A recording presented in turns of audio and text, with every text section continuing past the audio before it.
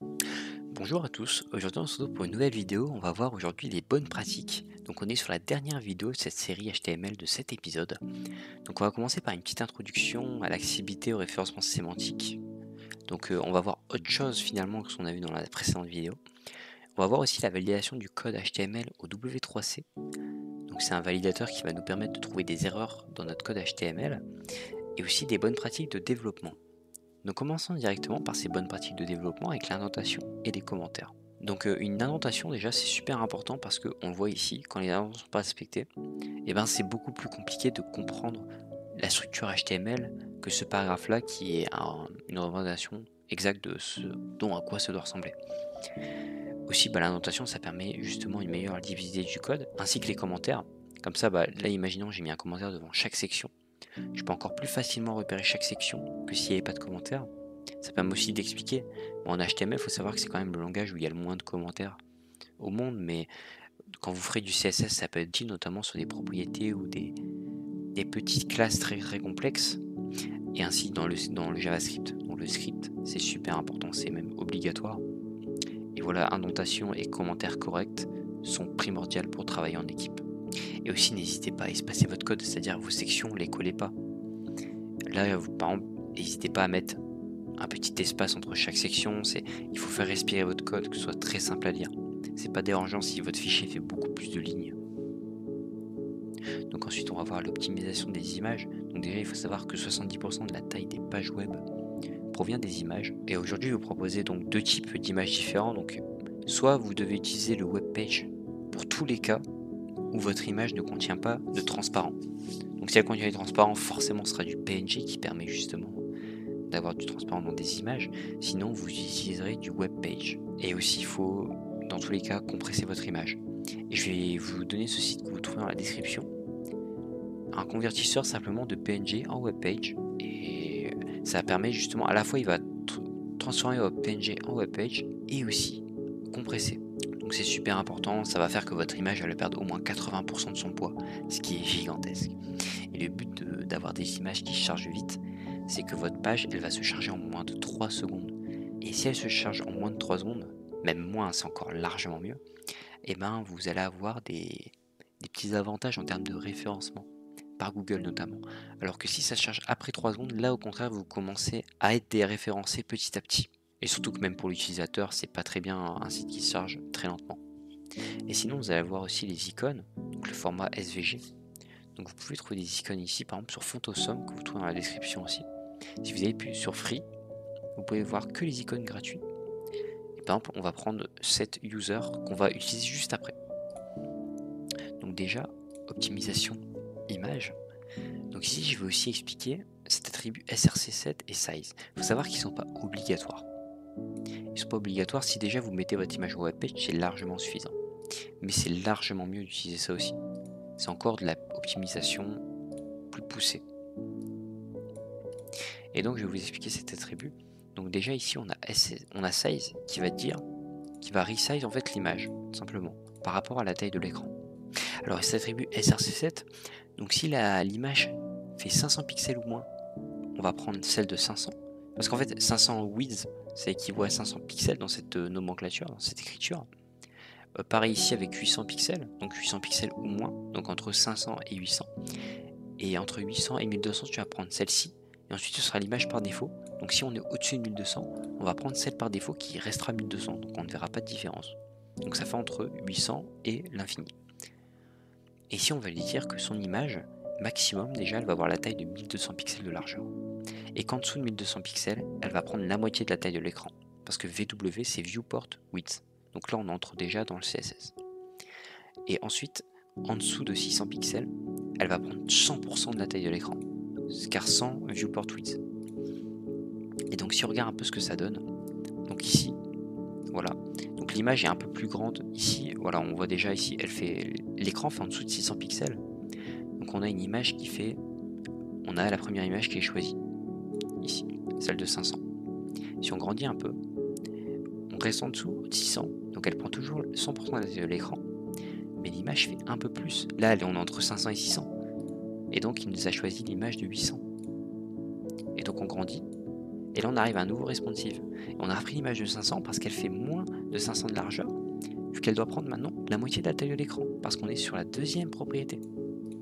Et si on grandit encore, on va ensuite atteindre l'image de 800. Voilà. Et ensuite, on va commencer à atteindre l'image de 1200 pixels quand l'écran fera 1200 pixels. Et voilà. Et là maintenant, l'image ne va plus grandir, elle va rester à 1200 pixels jusqu'à l'infini. Tout simplement.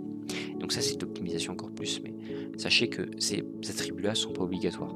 Le SRC déjà avec une image en webpage qui a été compressée, c'est largement suffisant. Ensuite, on va avoir les icônes. Donc ça, c'est un icône scalable. Donc c'est un icône déjà qui est conçu avec des balises HTML. Voilà, c'est du code qu'on peut générer dans des outils de design, notamment avec Figma, et qu'on peut trouver gratuitement sur Phantosum, par exemple, des icônes vraiment intéressants pour faire des projets très complexes.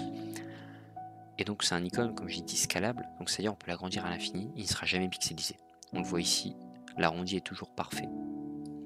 Et donc si par exemple ici on supprime cette icône, il n'apparaît plus, on va chercher le user ici dans SVG. Et donc on va hop le copier, donc en cliquant simplement dessus. Et ici on le colle. Et là on va ouvrir et on voit quoi, notre petit user. Bon, on peut voir qu'ils ont, ils ont mis un petit attribut à 1 EM pour la height. Si on le supprime, il va prendre toute la taille de l'écran. Et voilà, vous avez un icône scalable. Donc dès que vous avez un icône, utilisez un SVG parce que vous pouvez voir à quel point c'est petit, c'est extrêmement léger. Et surtout que c'est scalable à l'infini. Vous pouvez faire n'importe quoi avec ce genre d'icône. Et donc maintenant on va voir les balises ARIA, donc Accessible Rich Internet Application.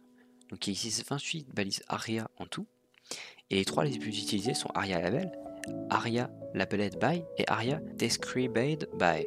Et donc on va le voir directement dans le HTML pour vous l'expliquer.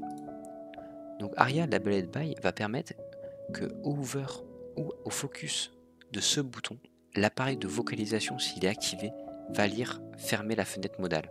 Parce que la personne, si elle voit mal, elle va pas voir que ça c'est une croix. Car il faut savoir que si on ouvre sur les serveurs, c'est un caractère croix. Tout simplement. Et aussi ARIA Labeled By ici. Donc on lui dit que ce H2 fait référence à cette section en fait. Tout simplement. Ça permet de lier une section à un titre. De lier des éléments entre eux. Pardon. Et ensuite ici, ARIA Described By. Donc ça permet de dire que cette image, elle est décrite par ce P. Ou si vous utilisez la balise qu'on a vue dans une vidéo précédente, figure et fig caption avec ces images dedans, ça aura le même effet. Mais si jamais vous ne voulez pas utiliser cette sémantique, sachez qu'il y a la balise ARIA pour rattraper derrière votre manque de rigueur en sémantique. Et donc maintenant vous allez voir la validation au W3C, donc le lien vous le trouvez encore une fois dans la description. Et on va tester sur ce code là. Il faut savoir qu'il y a deux petites erreurs.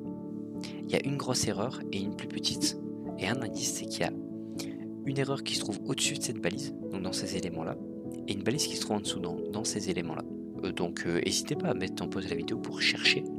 Il y a une erreur que vous pouvez trouver peut-être assez facilement si vous regardez tous les éléments, tous les codes HTML que j'ai mis. Vous le trouverez facilement. Par contre, il y a la deuxième erreur, là, il faudra faire preuve un peu de votre esprit critique sur la sémantique. Et même le W3C ne l'a pas trouvé parce qu'il n'est pas vraiment prévu pour ça. Donc maintenant, j'ai ouvert une table de W3C, pardon. Et donc là, je copie-colle le HTML, je fais check. Et il va me trouver une erreur déjà. C'est qu'il me manque l'attribut langue. Et oui, l'attribut langue dans HTML n'existe pas, alors qu'il existe dans tous les éléments. Donc on va en mettre et on va le mettre AFR. Il faut savoir qu'il a EN de base parce que c'est simplement mon raccourci qui met EN. Donc je ne change pas parce que ça n'a aucun intérêt actuellement. On va le mettre AFR histoire de faire les choses proprement. Et la deuxième chose qu'il fallait remarquer finalement, c'est cette div en fait. Cette div n'est pas sémantique. Et elle n'a aucun intérêt ici. Donc soit on la supprime parce qu'elle ne sert à rien actuellement. Ou soit on fait les choses encore plus proprement. On met une section. Parce qu'ici on atteint un nouveau bloc avec un sous-titre et un paragraphe. C'était ça les deux petites erreurs. Bon, celle-là, elle n'est pas très importante. C'est surtout celle-là qui est vraiment importante parce que, bah, encore une fois, le référencement, il ne faut pas faire d'erreurs comme ça aussi simplement. Et donc dans la prochaine vidéo, on fera une introduction au CSS. Donc là, on va pouvoir commencer à mettre du style. Donc CSS, Cascading Style Sheets. Et on va ajouter du style. On pourrons en ajouter à chaque balise HTML. Et ça va nous permettre de faire des sites par exemple aussi beaux que ceci. Et donc on pourra voir ça dans une prochaine vidéo. Vous retrouvez dans la description un lien vers le GitHub où vous allez pouvoir trouver ce code HTML, ainsi que les 3 liens ici au-dessus, avec le W3C. Et vous retrouvez aussi des liens utiles vers mes réseaux sociaux, et aussi la musique. Et du coup, je vous souhaite une bonne journée et à la prochaine vidéo.